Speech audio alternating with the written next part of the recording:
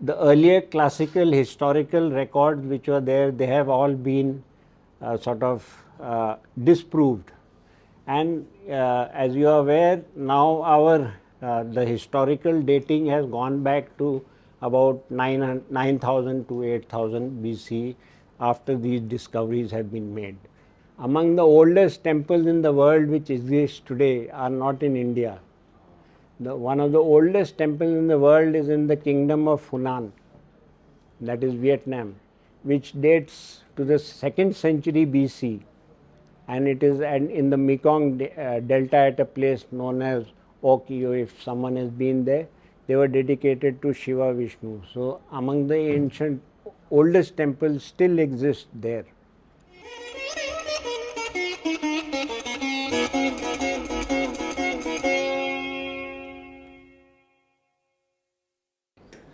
Firstly, I'd like to thank Sangam Talks for inviting me for giving this talk in such a prestigious platform. As Sangam Talks has been doing great work in this field, I am a very ardent follower of a lot of the videos and speakers who come on this platform. So I think it's really nice the work they're doing, and I hope the presentation today will add a little more to the information and awareness of our past, our heritage and our traditions. Most of us frequently or at least once in a while visit temples. All of us actually, I think sometime or the other would have gone to temples, but most of the time we are only just seeing it from the surface. थोड़ा idea मिल जाता है कि बहुत अच्छी जगह है, या अगर कोई जैसे बड़े टेम्पल्स हैं तो पूजा करके कुछ मन्नत मांग के लोग आ जाते हैं, बट उसके बारे में हम ज़्यादा टाइम ना स्पेंड करते, ना हम लोग को पता चलता है उसकी हिस्ट्री, या ख़ास तौर से जो पुराने मंदिर हैं हमारे. सो हमारे जो the talk I am giving today basically जो हमारे ओल्ड टेम्पल्स हैं, हम I will not be covering the new temples जैसे काशी या प्रयागराज या मथुरा, बिकॉज ये सब बाद में बने हैं. पुराने ओरिजिनल टेम्पल्स ऑफ कोर्स सबको पता है हैव बीन डिस्ट्रॉयड. तो हम जो बात करेंगे they are the actual ancient temples जो 10वीं शताब्दी, 8वीं शताब्दी, 4th 5th सेंचुरी, मतलब उस ज़माने के जो टेम्पल्स हैं उनके बारे में थोड़ा बहुत. और जब आप फ़ोटो देखेंगे देन यू विल रियलाइज़ कि हमको भी जाना चाहिए वहाँ पे. सो एम एक्चुअली मेरा तो वो है, I am not a scholar. मैं as I call myself I am only a traveller. So मैं I travel a lot, take a lot of photos. That let's hope they do, because there are some organizations who do इस type के tours to such places with reputed scholars. Sangam Talks, if they take on, it will be a great thing. I'll let you know. So as the topic mentions, grandeur of India's ancient temple architecture. So let's proceed. Just an example I have given, this is one of the Hoysala temples, Chennakeshwar temple at Belur. Many of you would have heard of it. It recently got UNESCO World Heritage status in September last year. One of the beautiful temples you can see. Another thing about my presentation, it's mostly based on photographs, and all photos which you see are taken by me. So they are not sourced from any book or any Google. Every photo which you see is taken by me. So I travel, as I said, a lot and take photos and then try and show to others. Now, if you can see one of the very famous art critics of the 19th century, this is what he had to say of this temple, Chennakeshwar temple. A marvelous exhibition of human labor to be found even in the patient East, and surpasses anything in Gothic art. So when you see the quality of workmanship, it's really, this is that same temple, Belur, yeah, Chennakeshwar temple. Now I'll just take you through how I'll give the talk today, a little bit introduction, and before we go to the actual temples, it's important for us to also recap why is the temple there and what does the temple do, what is its significance.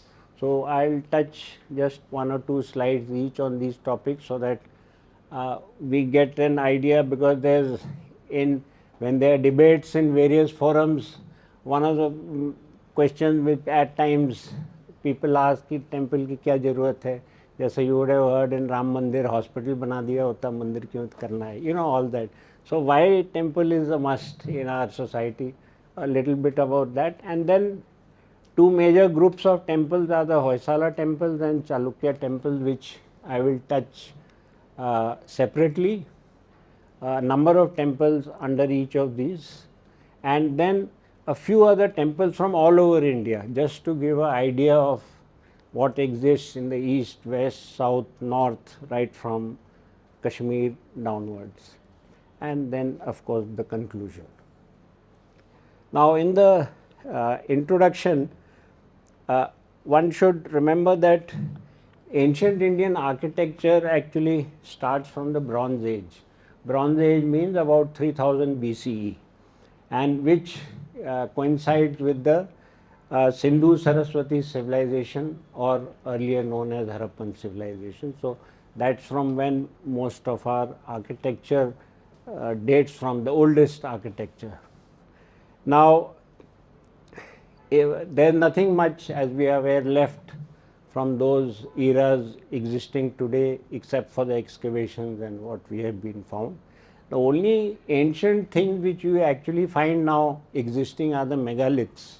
You are aware of megaliths, those huge stone, like Stonehenge in England, and there are many other places. So they are the only things which have survived from those eras, but no buildings or structures are there. Now the oldest shrine in India which has been dates to the upper Paleolithic period, that is 9000 BC to 8000 BC. So there is a small, there is a shrine which is dedicated to Shakti, a female of those eras. In that, the earliest shrine in India which has been found is that one, which is in a place called Bhagor in Siddhi district in Madhya Pradesh. So that's the earliest dated historically available in India, a shrine. It's not a temple as such, just a open area में shrine है.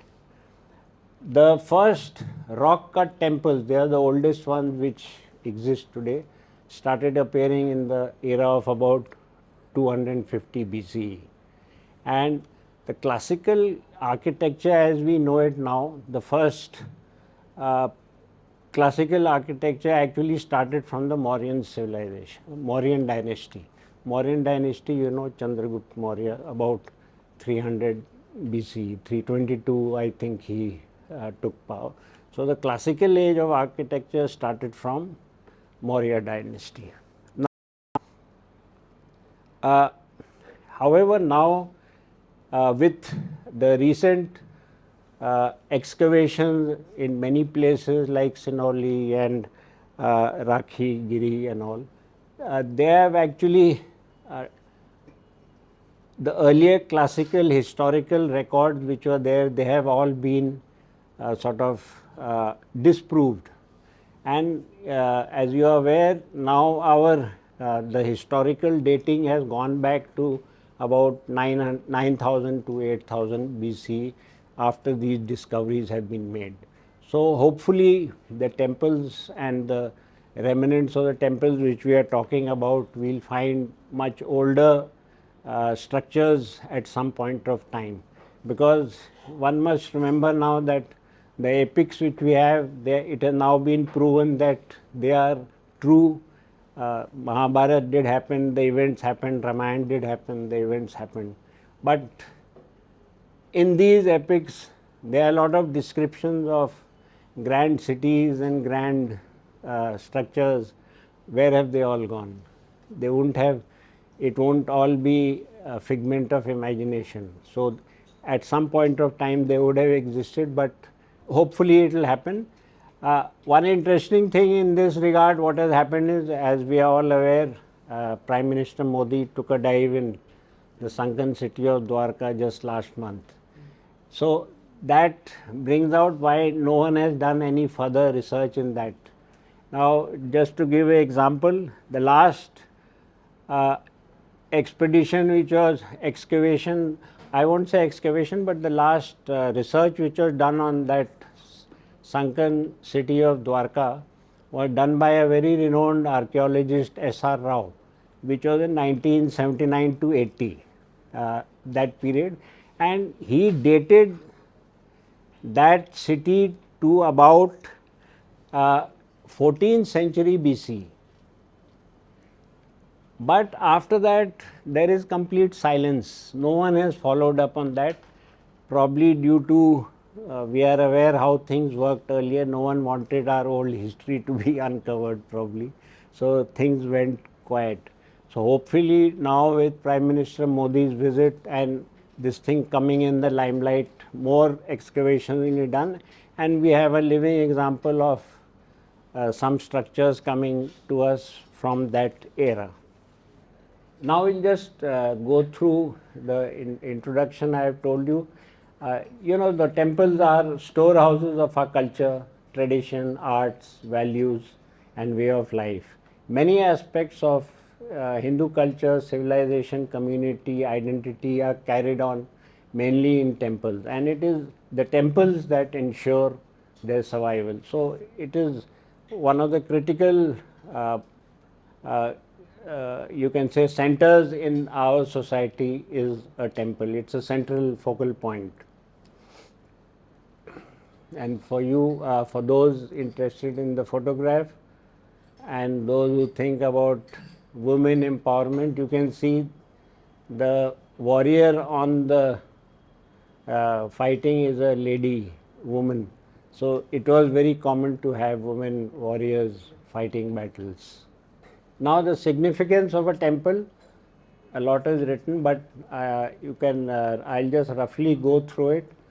A temple is symbolic like any other Hindu object, symbolizing the most refined knowledge the rishis codified. And a temple incorporates all elements of the Hindu cosmos, the good, the evil, the human elements, and our essence of life, basically representing dharma, earth, kama, moksha, and karma. And the shikhra of the temple, that is the spire of a temple, actually is supposed to represent the mythical mountain Mount Meru, which represents the ultimate knowledge for attaining self-realization or moksha. And the temple is the one which provides the catalyst in this journey from being an individual to merging with the Brahman or the Supreme Consciousness. Now, one will realize that when you enter a temple from outside and move towards the Garbhagriha where the main deity is there, it is a journey, it is very relevant to this journey which is supposed to take place of realizing oneself. And if you will see in the exterior of a temple, there will be a lot of carvings of depicting activities of daily life, celebrations, musicians playing, daily activities on the external sides of a temple. They portray what life is about. And as you enter a temple, these sort of worldly scenes keep reducing. Next time you visit a temple, try and look at it from that point of view. They keep reducing, and till the time when you enter the Garbhagriha, which is actually the womb of the temple.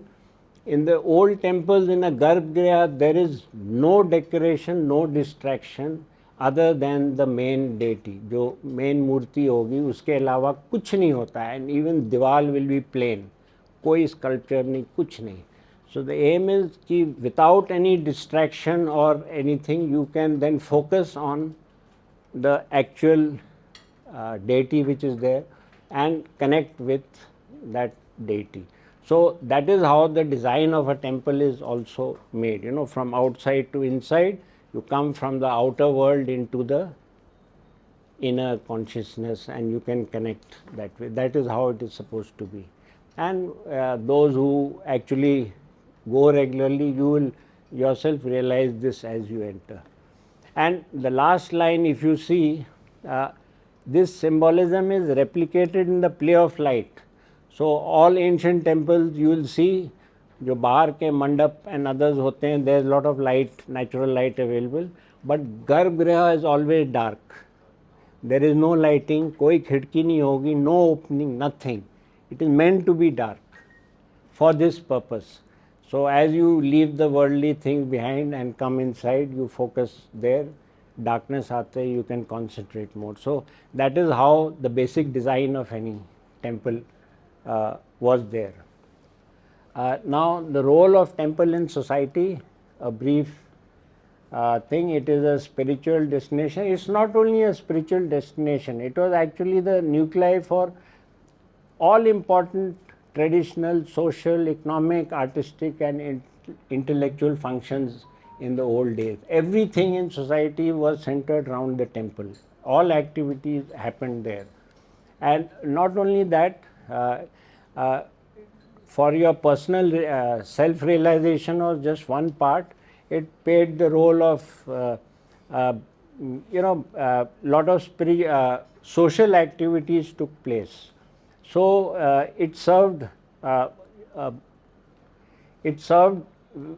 lot of many societal functions also, like celebrating festivals and the arts through dance and music, performing marriages, commemorating the birth of a child, other life events, and even when someone died, a temple was there where those things took place.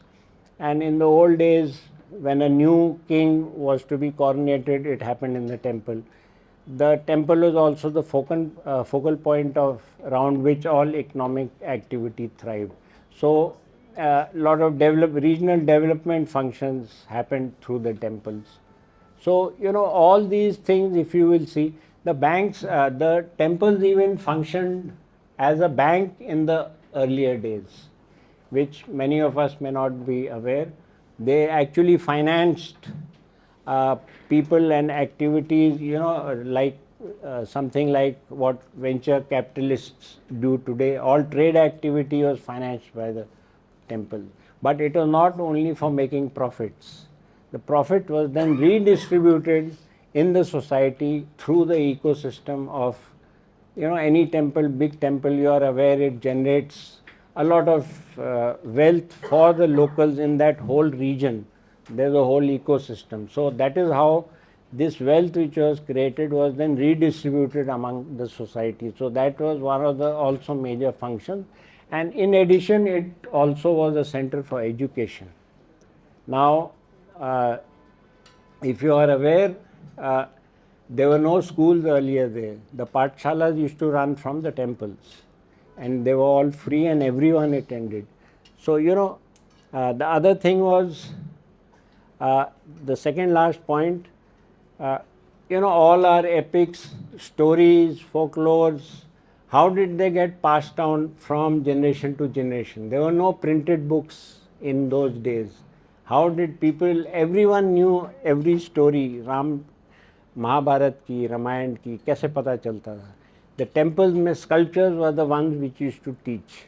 See, for a person, if you have no printed material or a poster or a picture, how does a child visualize some action happening or some event from these epics?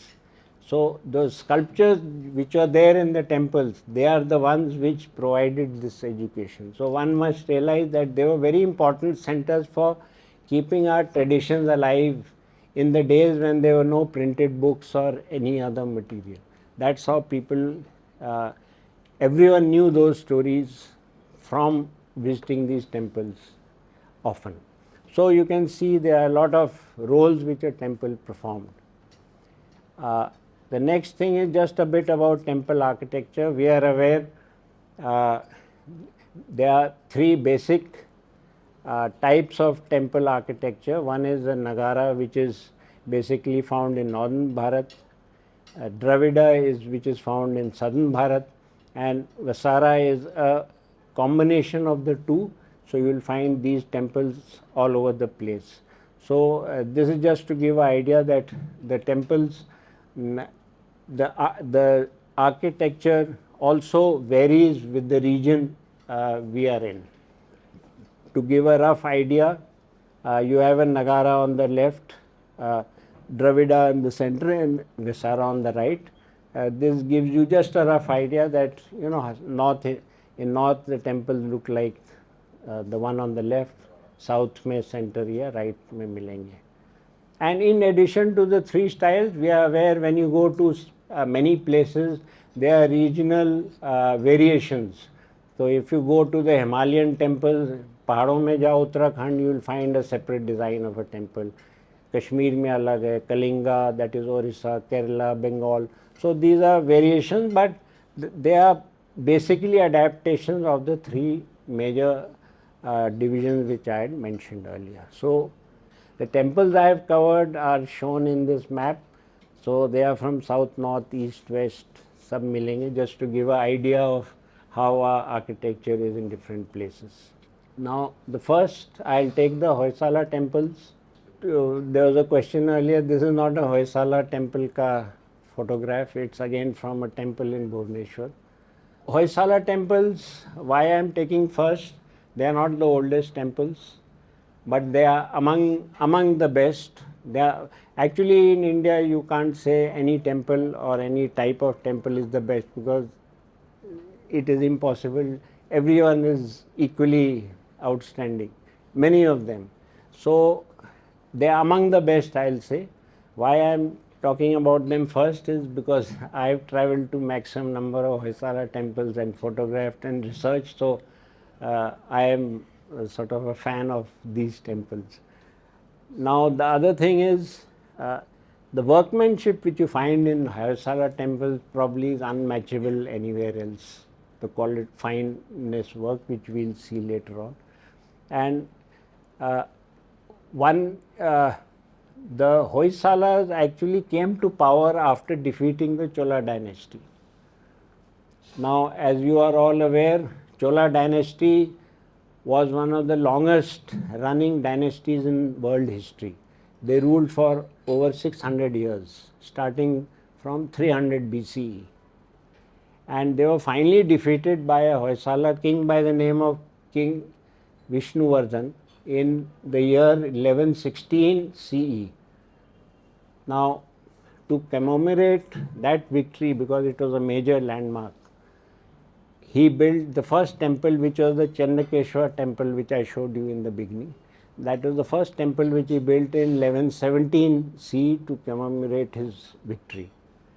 So that is how the Hoysala temple, the saga of the Hoysala temple started. These are a few of the temples I will be showing the photos of. Before that, just a bit about what is special about the Hoysala temple architecture. Now the architecture is called as the Karnata Dravida, and it has a few distinguishing features. The first point is, as I mentioned, attention to minute detail and craftsmanship. I mean, it is really unimaginable what details they have gone into.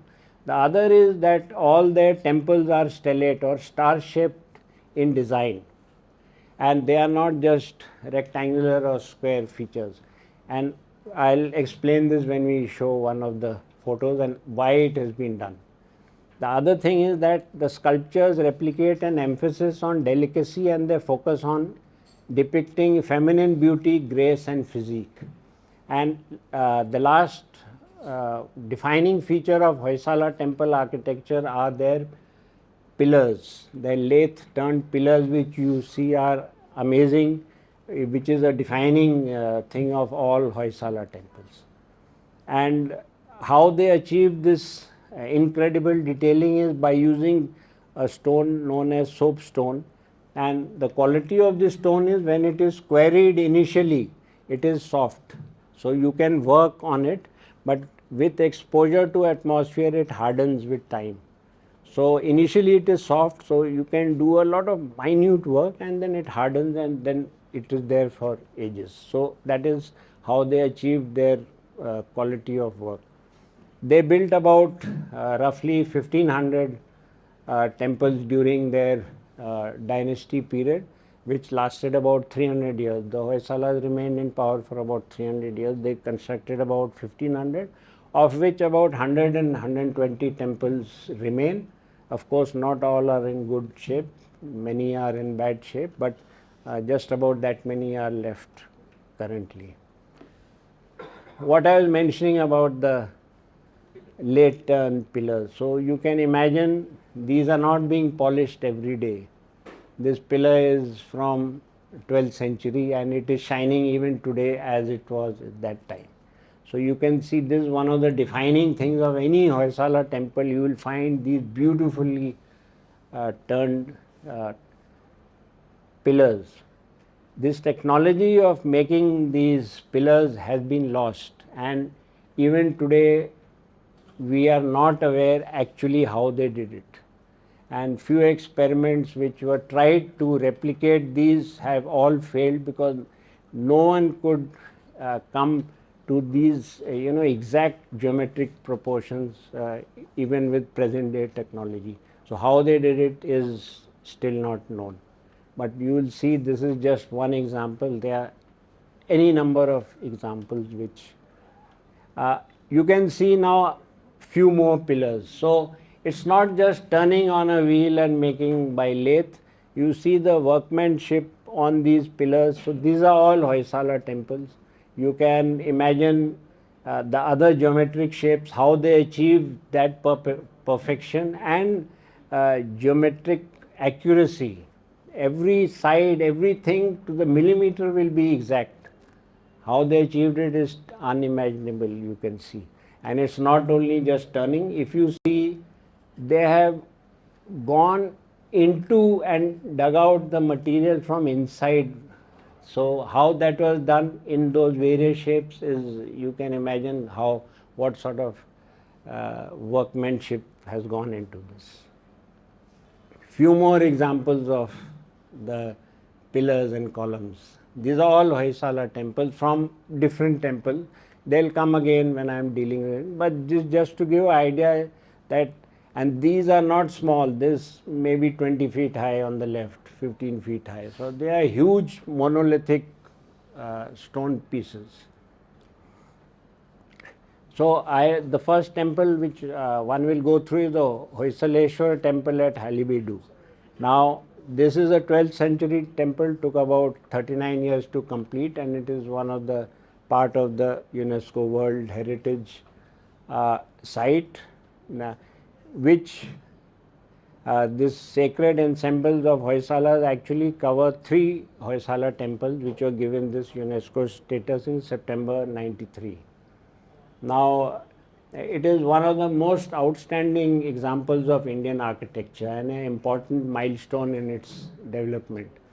And its breathtaking architectural style and grandeur add to its mystique and classify it as one of the most unique stone carved monuments in the world, actually. And if you see this is one of the external walls.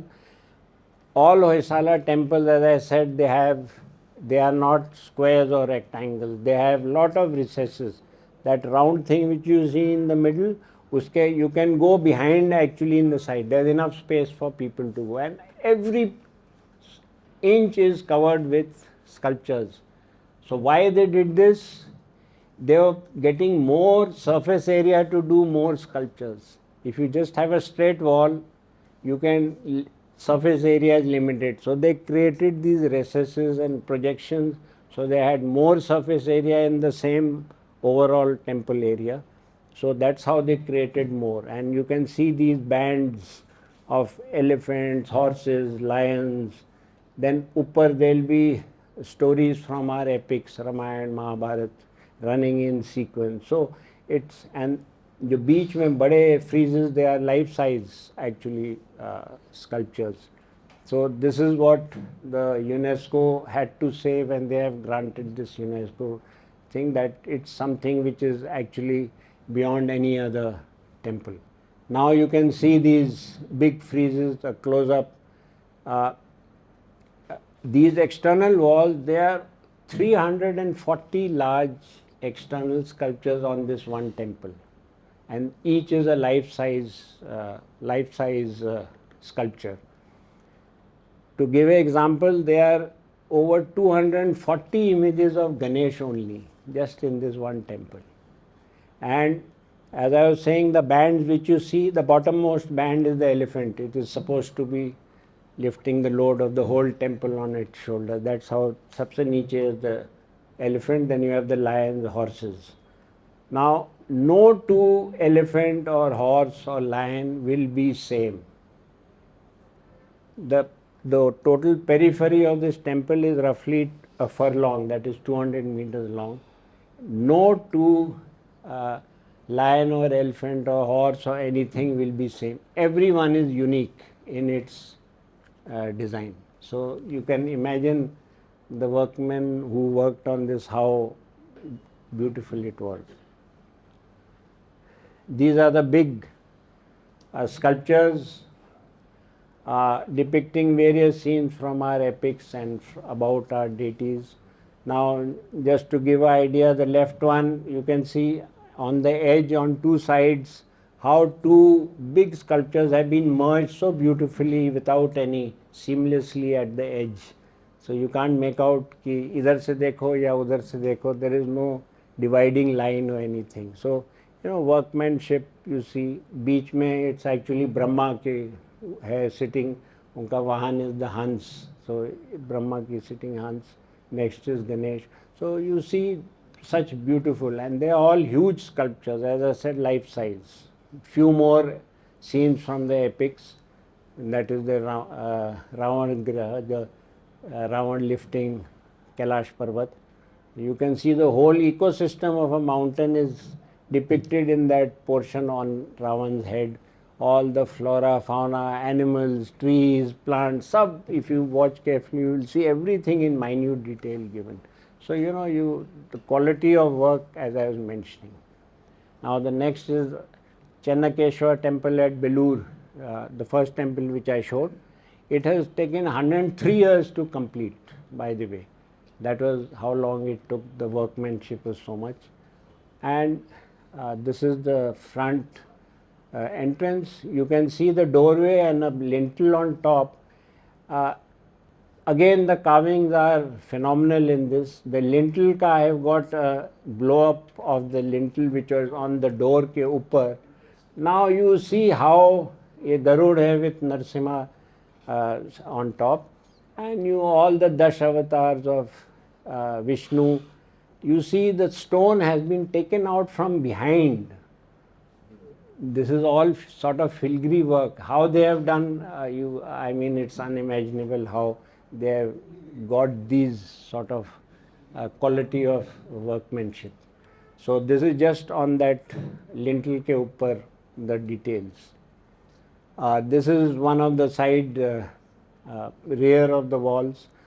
This temple again, most of the Hoysala temples have these bands running all along the periphery, you know, elephants, horses, lions, and floral motifs, then epics ki stories. So that's how it runs. And then you have the big sculptures, the friezes at a certain point of time.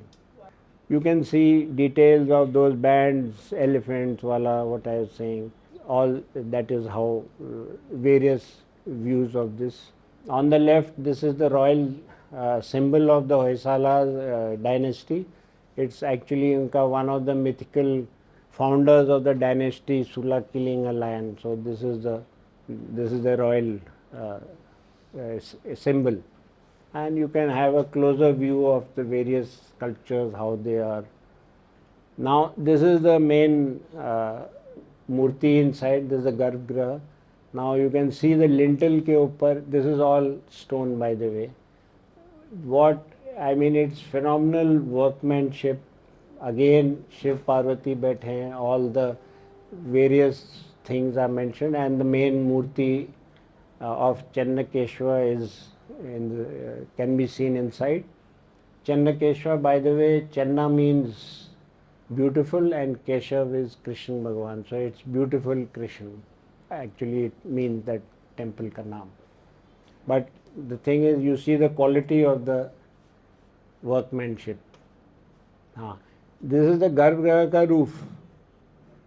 Now, roof panels are again a separate, totally out of the world in all these temples.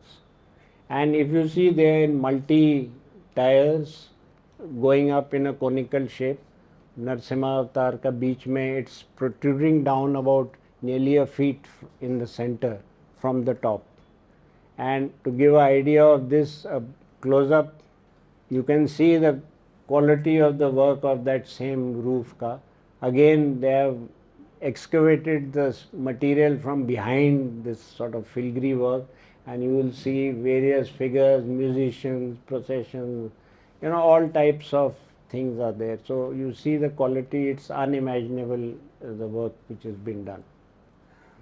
These are the Sabalinika. These are again a Hoysala speciality. You will find them on the external all around the temple and in the Garbhagriha. This is the queen jo thi Shantala Devi of King Vishnuvardhan. She herself was an accomplished dancer. So it is said that this is her statue, one of the four. They are in the four corners of the Garbhagriha. So this is the queen herself.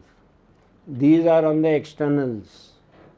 Now, there are about roughly 50 of them all around the temple on the top pedestal, below the roof eaves. And each of them is doing some, depicting some action. Like this is a huntress. You can see a bow in a hand which is broken, and there's supposed to be arrow in a right hand which is not there. So they are showing various activities. Right mein bhi ek hai. Next temple is the Lakshmi Narayan temple at Javgal, 13th century temple. It has got about 140. Again, the bands are there. The topmost band, if you see, depicts the stories from the epics. So in sequence, you will find Ramayana, unki stories depicted in sequence. That's why I said part of the education in addition to the other things. Abhi, you can see the topmost panel is showing the story of Ramayana going in a sequence. So that's how it goes all around. The pillars are there, and on the center you have these larger murtis of various deities. Again, this is the rear of the temple. On the left, Vishnu sitting on Sheshnag. Again, an example of the columns with not only lathe work, there are floral and other designs. Then the Veer Narayan Swami temple at Belwadi. This is a very unique temple. It is a Trikuta. That means there are three main murtis, three deities. One is of Veer Narayan Swami, avatar of Vishnu, standing under a Kalpvriksh, and then you have Venugopal and Yoga Narsimha. The Krishna Murti here is supposed to be the best Krishna Murti in India as certified by the ASI. This is the temple. So two main murtis, left, right, and one is behind. This is the side of the temple. You can see there is no space left without work. This is the same temple ka inside coming. Garbhagriha is behind.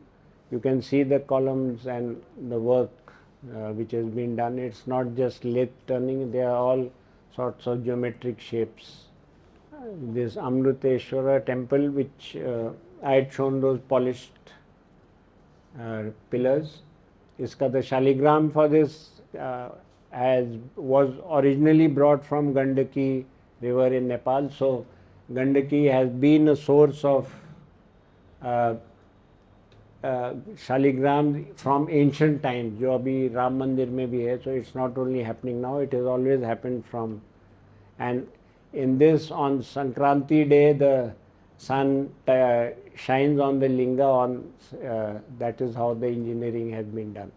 And this temple is also famous. There's a Sharda Devi Murti next to the main deity, and Akshar Bhashyam. In south, it's a very important ritual when a child starts studies for the first time. A small child, when he first starts studies, it's a big function for them. He is brought here, and Inka Sharda Devi blesses the child before he starts his education. This is that same temple. I had shown this photograph earlier. This is on the side walls of this temple. You have over 100 miniature temple-like towers ringing the whole temple, known as edicules, miniature temples.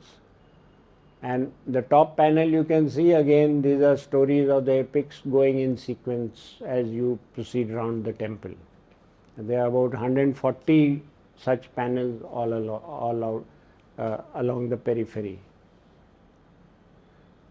Chandramoleshwara temple. It is a very unique temple in its design with a 16-point star-shaped mandap, which is a very complex design, and its uniqueness is due to that. You can see that 16-pointed mandap, not found in most places.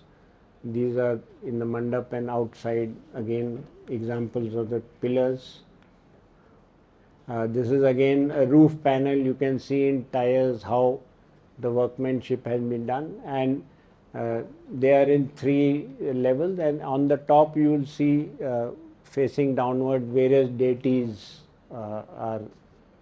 So the sculpting part was one part of all these temples. The other is the engineering part. How do you put together all these things? They are not being made there. So they had a very unique system of press, fit and twist. There are no screws or bolts or anything those days. So you see these holes, they used to manufacture the parts or they were made elsewhere, bought here, they could be fitted in and twisted. So that's how the whole temple is actually made. If you see the engineering part itself is a great engineering of all these temples with so many complex shapes. They are not only Hindu temples which are made, there are also Jain temples which are there, quite a few.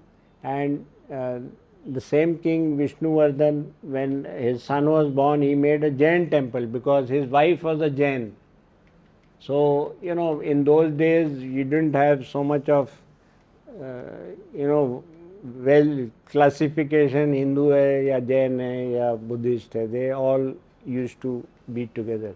So he made a Jain temple when his son was born. Again, you can see the work on the pillars, and one of the Jain Tirankar is mentioned is in this temple. It's a 18 feet high temple with a 7-headed serpent over its head. You can't see the serpent because it's inside the Garbhagriha. Now we'll just come to the Chalukya temples. Now Chalukya temple have a unique place in our temple architecture. I'll tell you why, because that's the laboratory from where all these designs initially came out. The Chalukyan thing, the first king was the Pulkeshin one who founded the Badami Chalukya dynasty in 540 CE at Badami, earlier which was known as Vatapi. And they are the ones who actually experimented with various designs, and what finally came out and what we see those designs now are actually a process of the work which was done by the Chalukya dynasty. So they actually hold an important place in our temple architecture designing. If you see their style of architecture is called as the Chalukyan architecture or the Karnata Dravida. Aihole, if you see, in 5th century, that was the first place where they started experimenting. and this served as an incubator for the concepts that will lead to the integration of styles.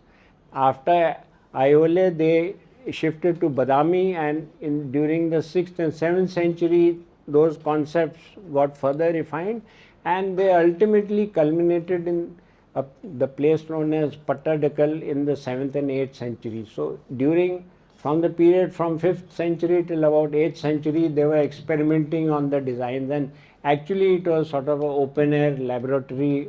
You can see how they worked on various designs and styles, and that's how this Malprabha river valley, where all these three places are located, along which it's called as the cradle of the temple architecture for India. So Chalukyan dynasty holds a very special place for this reason, because they are the ones who formulated all these designs and quantified them, sort of. Aihole was the first one, as I said. There are over about 100 temples in Aihole, mostly a Hindu, few Jain and a Buddhist. And you know, all these temples which are made, they are not made by individual craftsmen working. They had guilds, which were actually like corporates of today. So like a big company, they had hierarchy, chief architect, you know, like the guilds were there, and these guilds actually took these sort of contracts and built a temple. So it was not individuals working, it was a sort of a corporate body which oversaw. So this Aihole, the most famous guild there was the Aihole 500, it is known as that. They used to take on, and then these guilds moved from place to place to construct various temples. So you know, it is how the system functioned in the ancient times. This Durga temple is a very famous temple. Many would have seen the photographs. It's iconic apsidal layout temple, and it is supposed to be one of the temples which was an inspiration, amongst others, of our earlier parliament building. Now this Aihole Durga temple, these are of that period. Keep in mind 6th century, 5th century. So you can see how beautiful sculptures, and these are life-size, by the way, sculptures. There are about 6 of them in the inner corridors, 3 on each side. So the quality of the work you can see, and these are of that period. And a very famous place in Aihole is the Ravanpadi cave temple. It is one of the first places where the various murtis in physical form are found in India. One of the first places where these things got sort of crystallized, made by various people. So all these Harihara, Ardhanarishwar, various Nataraj ka, Natya Shastra postures, Mahishasura Mardani, Saptama, various things. So inside it's a cave temple, one of the earliest form where you will find these in India.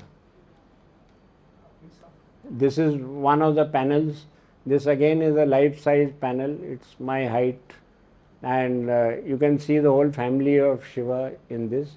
And on the left and right are also the Saptamatrikas, that is the 7 mothers, but it is beyond the visual.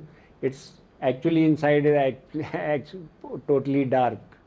ये वो torch और वैसे ही करके photo खींची है. The Badami cave temples, the next one, they are beautiful cave temples, part of the UNESCO World Heritage Site. Anyone who's been there will remember, see this. This is the cave number 1. They are all sandstone caves. Now, this is again part of their laboratory process where they were experimenting on various designs. This is a very cave number 1, very iconic photo, sculpture. It's a 5-foot high Tandav dancing Shiva with 18 arms, and all the arms symbolize different Natya mudras actually. So this is one of the early representations of Natya mudras in stone you will find anywhere. Then inside the cave there are large number of panels like this. This is Ardhanareshwar, which is a image of Shiva and Parvati, male and female concept together. One of the big famous sculptures of this cave. Parvati is standing on the side also, and Bhringi is on the left. You can see a skeletal figure, and a study of that skeletal figure will show you that the craftsmen in those days exactly knew the autonomy of the human body, the bones and the structure, because everything is absolutely accurately carved in stone. If once you go closer, one can see. So inside the cave, once you go, you have all the parts of a temple remain the same as in a freestanding temple in the cave. You have the mandap, garbhagriha, Nandi sitting, and you can see the quality of the pillars. And one should remember that all parts which you are seeing are part of the main mountain. They are not carved outside and brought here. They have been carved as it was excavated. So it is part of the mountain itself. These are some ceiling panels. In all these places, the ceilings are also beautifully done up. So these are panels you will find on the top of various deities. This is cave number 2. These are the Dwarpalas on the left and the right when you enter the cave. And in Badami, one of the highlights is most of the main sculptures have very playful characters below them. You can see their children sort of playing, doing a handstand, music or something or the other. These are again very iconic sculptures of cave number 2, Vishnu in his Varaha avatar rescuing Bhudevi, Mother Earth, on his teeth you can see. This is Vishnu's avatar as Trivikram, famous for Mahabali and Vaman avatar, with the same playful figures niche. Again the ceiling panels, you have the Matsya Chakra with the 16 fishes. These are the swastik patterns. These are all on the roof.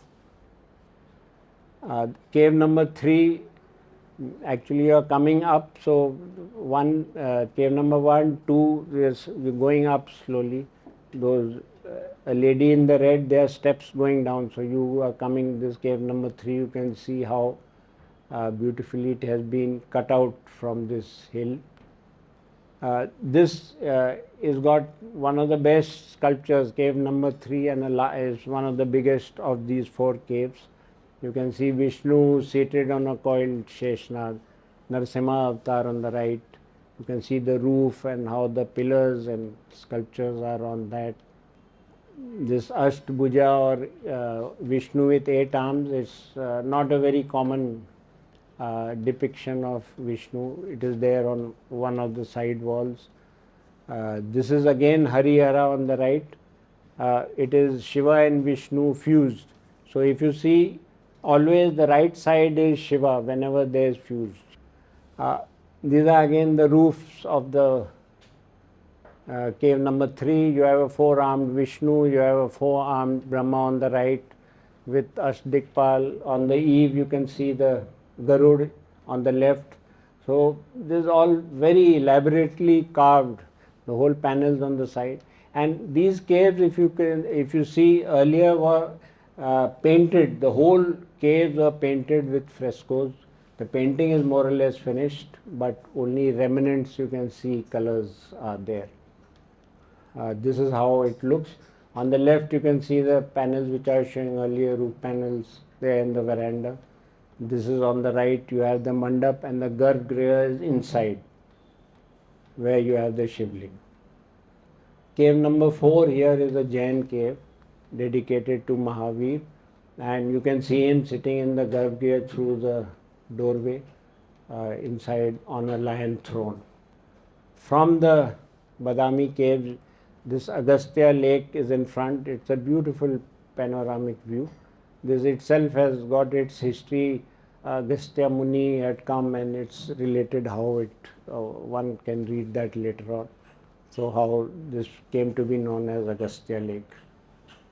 And then you have Paddakal.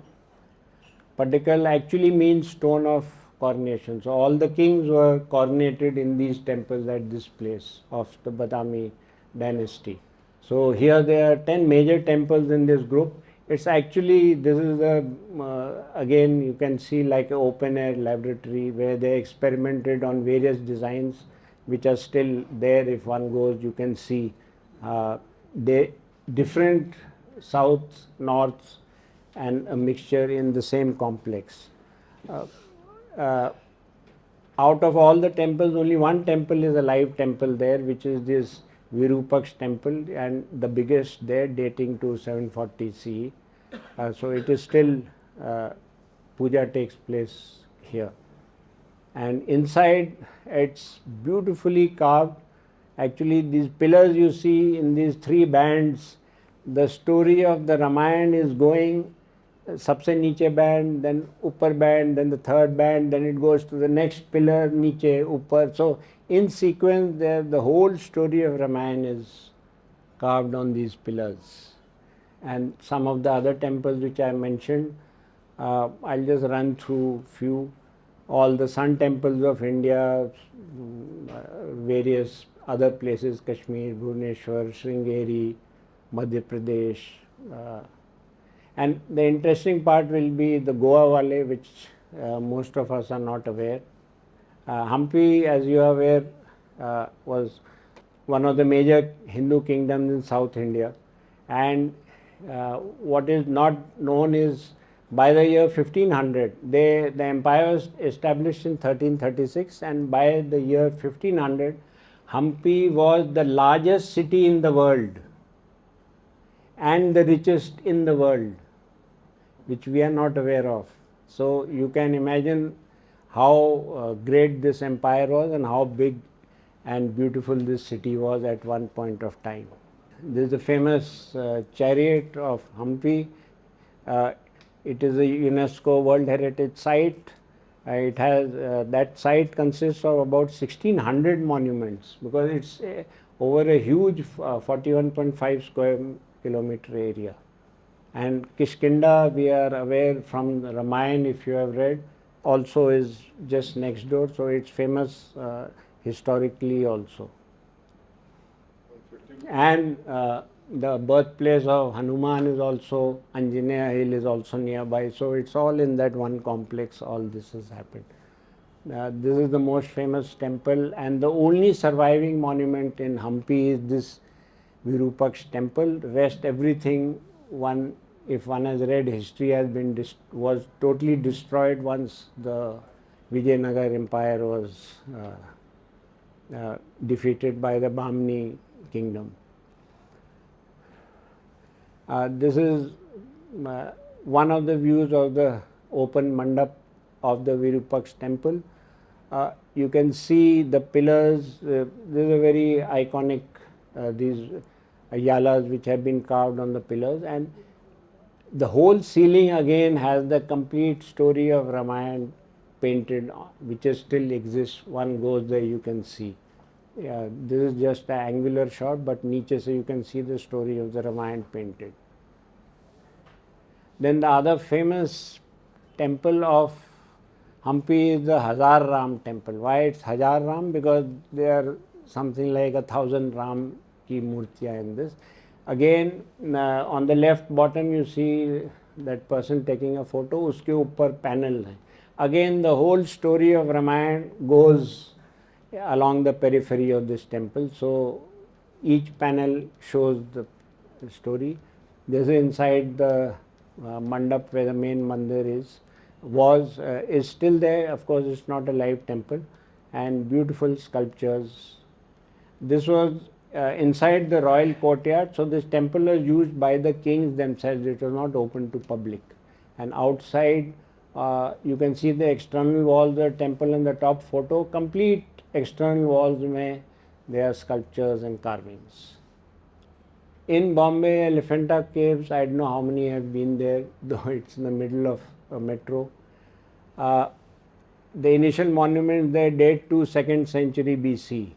Now, but the caves were made around 6th century by the Konkan Mauryas, and They were badly damaged by the Portuguese who first arrived there. The first Europeans to come there were the Portuguese, not the English.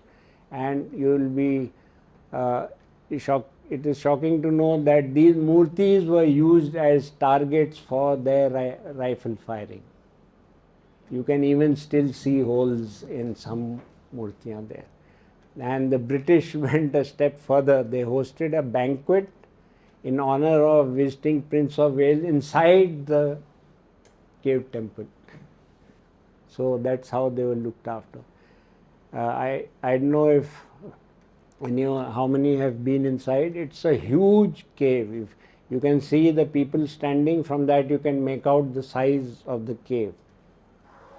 This cave is nearly 100 feet long, and the murti piche, the iconic Sadashiv murti, is 20 feet high. वो जो three-headed, so you can make out from the side. So they are massive caves. Actually, if you go there, then you realize how enormous they are. And there are 7 caves in the complex. Each of these murtiyan are more than 5 meters high. So they are huge. It looks like from Egypt you are looking at. So this is that main murti of Sadashiv. It's 5.11 meters high. And then you have Ardhanareshwar on the left, that panel. And these are huge panels again, 5 meters by 4 meters, that one panel with large number of sculptures. So Ardhanareshwar on the left, this is Gangadhar on the right. When river Ganges came down to earth, we all know it was taken on the head of Shiva, because otherwise it would have destroyed the earth. So this is how the Ganges is depicted there. And then Sun Temple, Modhera, 11th century, another phenomenal temple.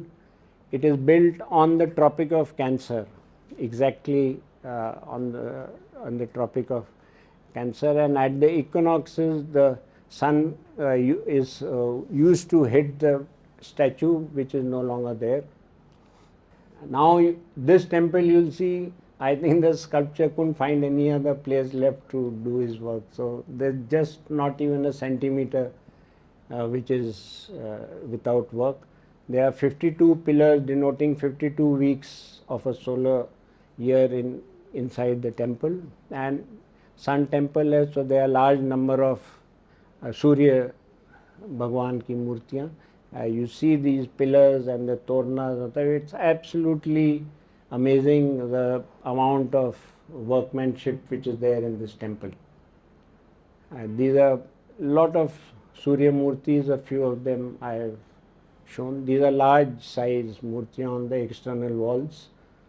And this is the Kund nearby, which has 108 minor shrines. Sun Temple at Kashmir, Martand, the 8th century Karakota dynasty temple. There was an existing temple from 3007 BC there. That temple was not removed. That temple still exists below this new temple. So it was built on top.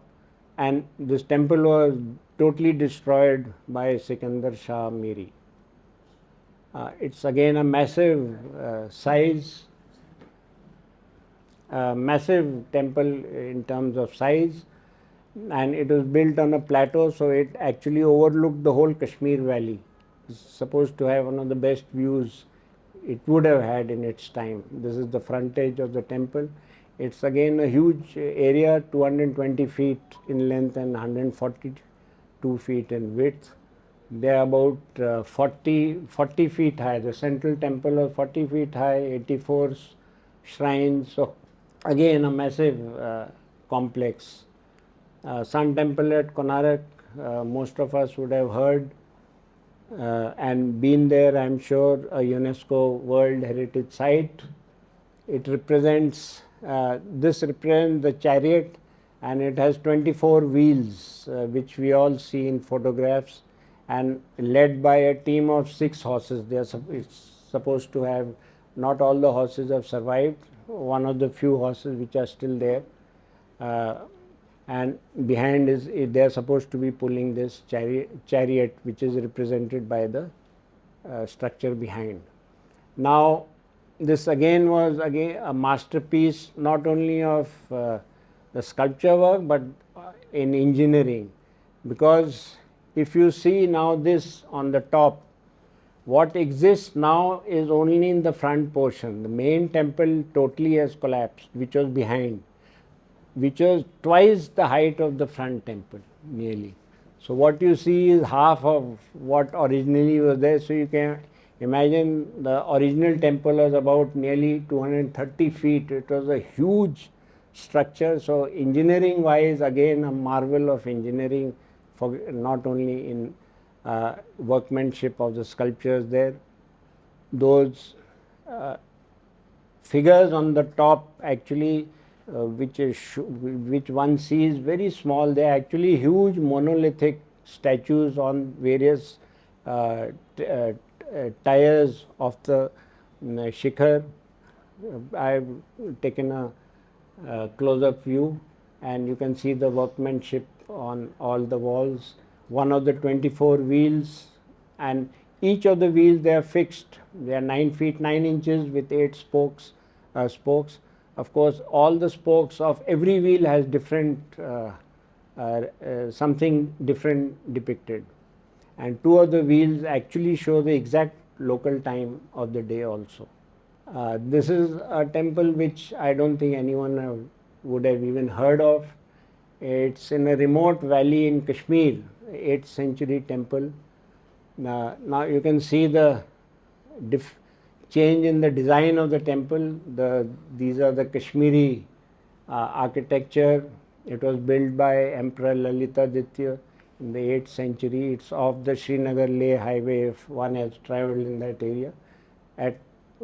It's a very remote place, not easily accessible, small road. So how all this was made in those days without any road or in the middle of a jungle is something one can think of. And it's again a huge complex. There were 2 groups of temples, and with a central plinth in the middle, which is nearly 200 meters long, this whole complex. So it's actually it would have been a majestic temple in its time, right in the middle of the mountains. Mukteshwara temple in Bhubaneswar, one of the oldest and the best temples of Bhubaneswar, 10th century.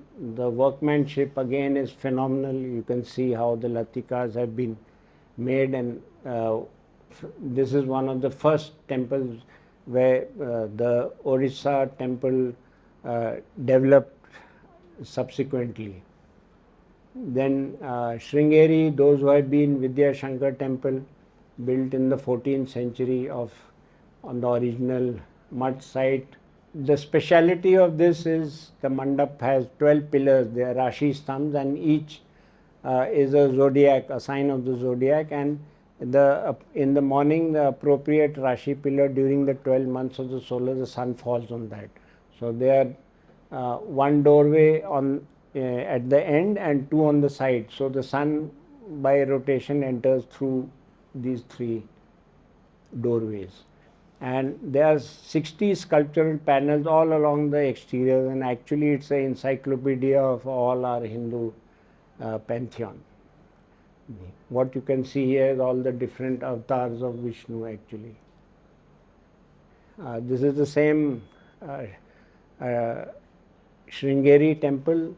The Sri Sharda Amba temple on the left, the lower one, this is the one which was originally consecrated by Adi Shankaracharya. Behind on the right is the Gopuram, which is at the entrance of this temple. This again a temple I don't think many would have even heard of, made by the scholar king Raja Bhoj of the Parmara dynasty in Madhya Pradesh. It is not very far from Bhopal. And why I am calling scholar king, I don't know if anyone has read about him. He is supposed to be one of the biggest scholar kings in world history, forget Indian history. He has authored 85 books on subjects as diverse as astronomy and music and engineering and whatever you can think of. So it's again a huge temple, incomplete. It was left incomplete. Why it was left incomplete is actually not known. Something, whatever happened, but it's you can see the dimensions. It's on 115 feet by 82 feet wide. So it's a huge platform which was made, and a little different from a conventional temple. No shikhar and all. It is a rectangular shaped thing. No mandap or entrance. Very different. But a huge shivling, and the shivling, actually the platform is about nearly 40 feet high and the shivling circumference is 18 feet. It's all monolithic, so you can imagine. And those columns which you see, which support the four corners, they are each about 40 feet high and weighing 33 tons each, and they are all monolithic. So you can imagine the engineering aspects in addition to the rest. Now the interesting part of this temple is that just near the temple, on the rocks, on the ground, the architectural drawings were engraved on the rock, and they are still available and can be seen. So what was planned, actually, the drawings are there on the rock, and as per the drawings, if the temple had been completed, it would have been one of the biggest temple complexes in India. It was on that scale it had been thought of. Now another unknown temple, Jageshwar Dham in Uttarakhand. It's a group of 125 temples dated between 7th and 14th century. Now we go to the Himalayas, you see the change in the temple architecture.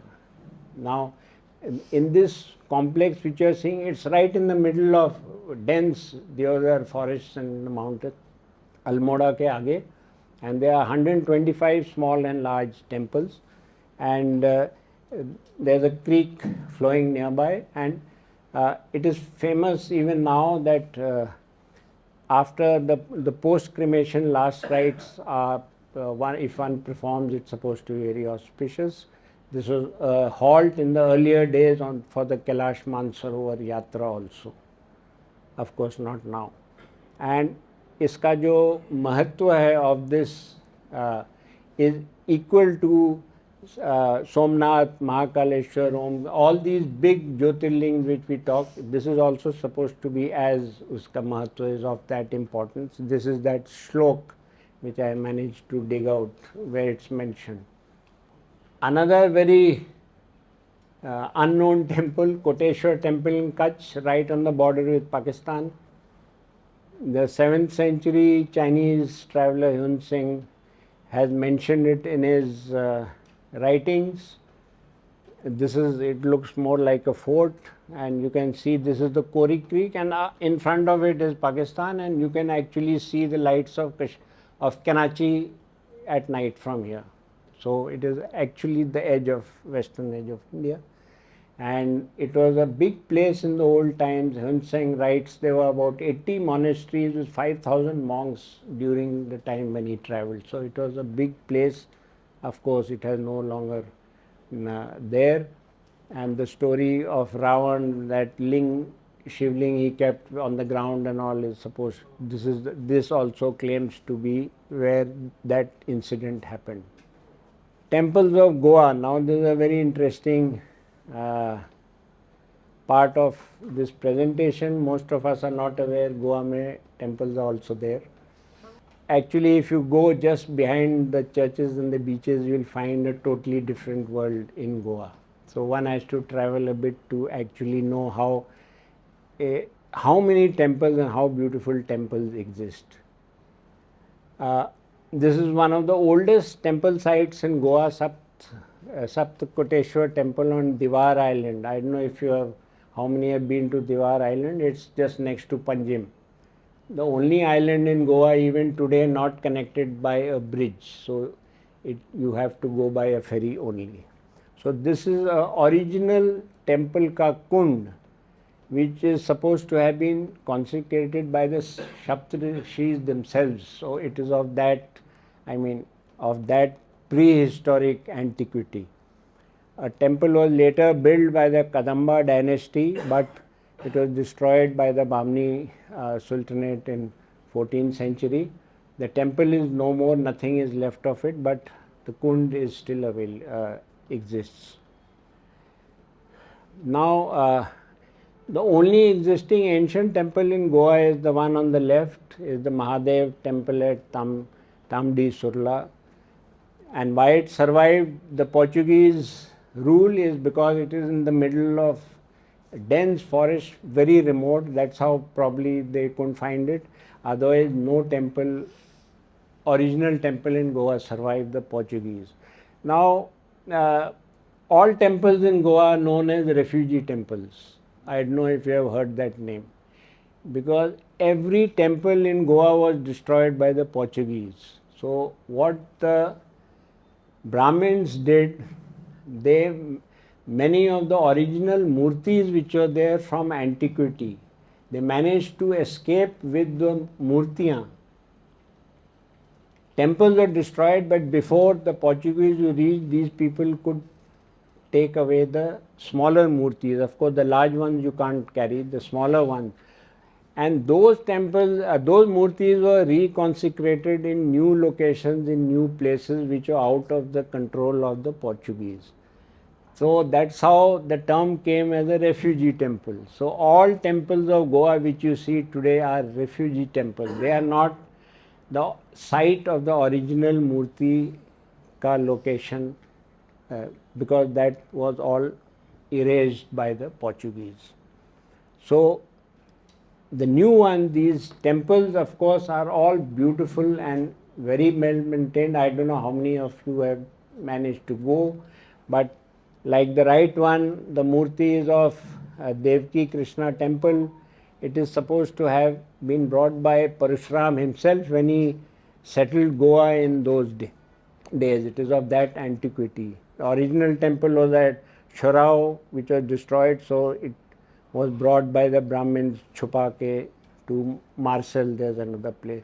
So similar way, all these temples, Sri Mahalakshmi temple at Ponda, again it was the murti was of a original temple which was brought by Parashuram.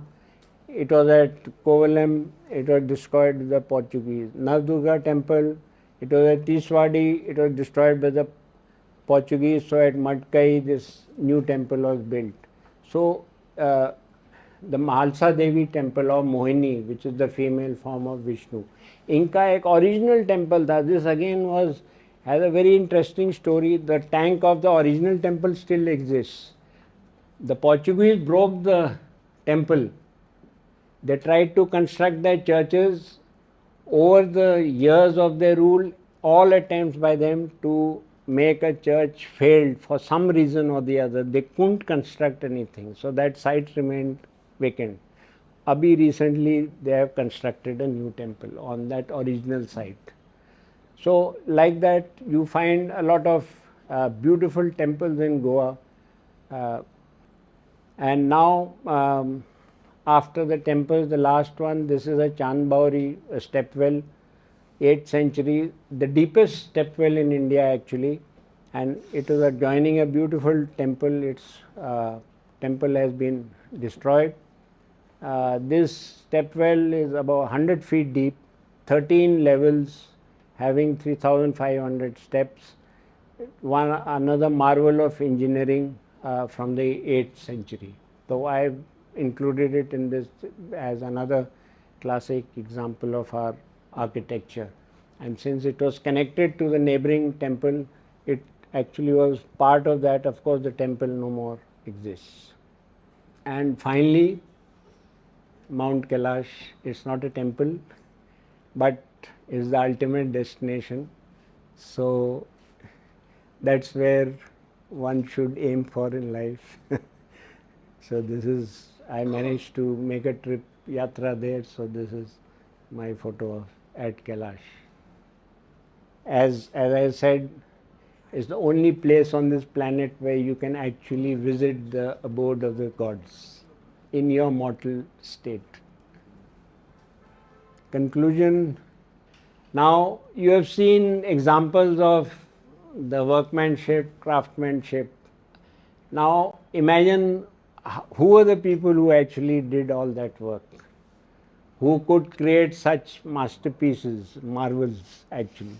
So they were not just a paid sculpture or a thing. They actually have spent lifetime, their whole lifetime in this, and it's not only your physical uh, uh, workmanship, it's your body and soul actually all which has worked.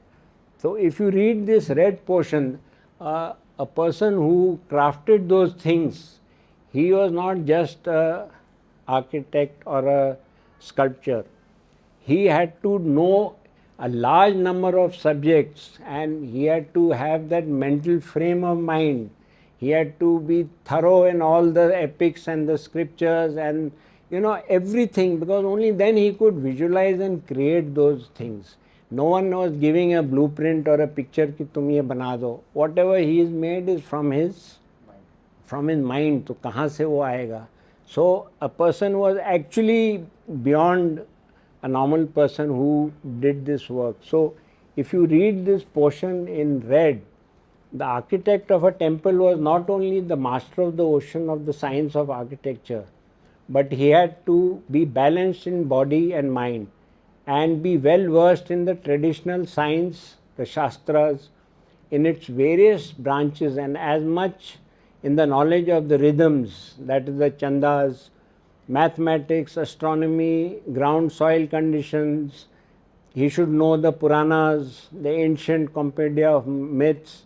He should be knowing painting, and by nature he should be a joyous person, truth speaking, with senses under control, concentrated in mind, free from greed, carelessness, disease, and the seven vices. The various arts and sciences had to be known for one purpose, and that he could apply them in his work, which was to be an image and reconstruction of the universe. So this was the makeup of a person who actually could produce that. And if you read here, it was with this knowledge, inner calmness, devotion, that they could create such works of art. And as a art historian mentioned, these were far beyond temples for worship. They were extraordinary expressions of spiritual purpose and vehicles of spiritual practice and attainment. So we should, this is something which one never hears or speaks about, the people who made these. Another point, interesting point, is we should remember among the oldest temples in the world which exist today are not in India.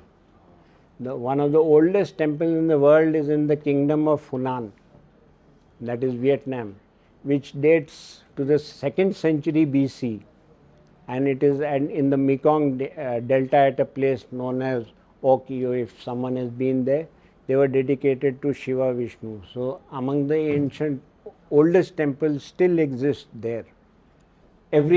Most of the temples which I have mentioned about, I have written photo blogs in detail of all these temples with photos and the history of each. If anyone is interested, you can have a look at my website. You will find more details. And a large number of my photos are also actually displayed online at Reliance Group runs an institution of higher learning, and they have a geo-digital library. So under their special collections head, a lot of my temple photographs are online. They have hosted them. And this is the link of my website, a little bit. I am writing now a book on the temples of Goa, which we saw, which should come out this year. So one will be able to know a little more about the things which we don't know. Thank you. Aihole is situated in which district? North Karnataka में है that. But which district, so that one could identify it? think it's You Pattakal. just no. Paddagal is a place. Badami, Paddagal, Aiole is all in one. Matlab near to each other. It's famous historically because Pulkeshin's edict is there that he had defeated the various Muslim invaders, Arab invaders. There are it is- many- It is very important to know it is which district it is. Often आप Google करें ऐसे ही आ जाएगा. Bagalkot. Bagalkot district है, but you just Google you will get Aihole. The second question is, since you are from the army, has this question ever arisen in your mind as to whether there was no security system for the protection of the temple, because so that one could protect so much of investment made by way of money as well as by way of faith into those temples. Has this question arisen in your mind ever? नहीं क्यों नहीं, they were very much protected by the local the kings or the local rulers. It's only when they were defeated, so the जो Muslim armies came, they ransacked everything. उसमें there's nothing to provide security once you have lost. But there was no special security system. Not required. All मतलब in our society no one will rob a temple या चोरी करेगा. वो that thing never comes in your mind. Brigadier Saab, my point is that when you amass so much of wealth, so much of jewels, so much of artifacts there, they are a natural attraction and an invitation to an invader. That is the root of the question. The root of the question is a king is protecting his kingdom or his region at all times. He is not protecting only a temple. If he is a Vijayanagar empire है तो he'll protect his whole kingdom. But when he loses the whole kingdom. हाँ, तो उसमें कोई वो अलग से force थोड़े लगा रहे हैं. अब सोमनाथ जब वो हुआ डिस्ट्रॉय सो मेनी टाइम, वो 18 times it has been reconstructed. So कोई वहाँ आर्मी थोड़ी ना रखी है. The locals have fought for it. If you read the history of Somnath, there are thousands of locals every time the invaders have come who tried to defend till their last breath actually. But जब हार गए तो हार गए. You are finished.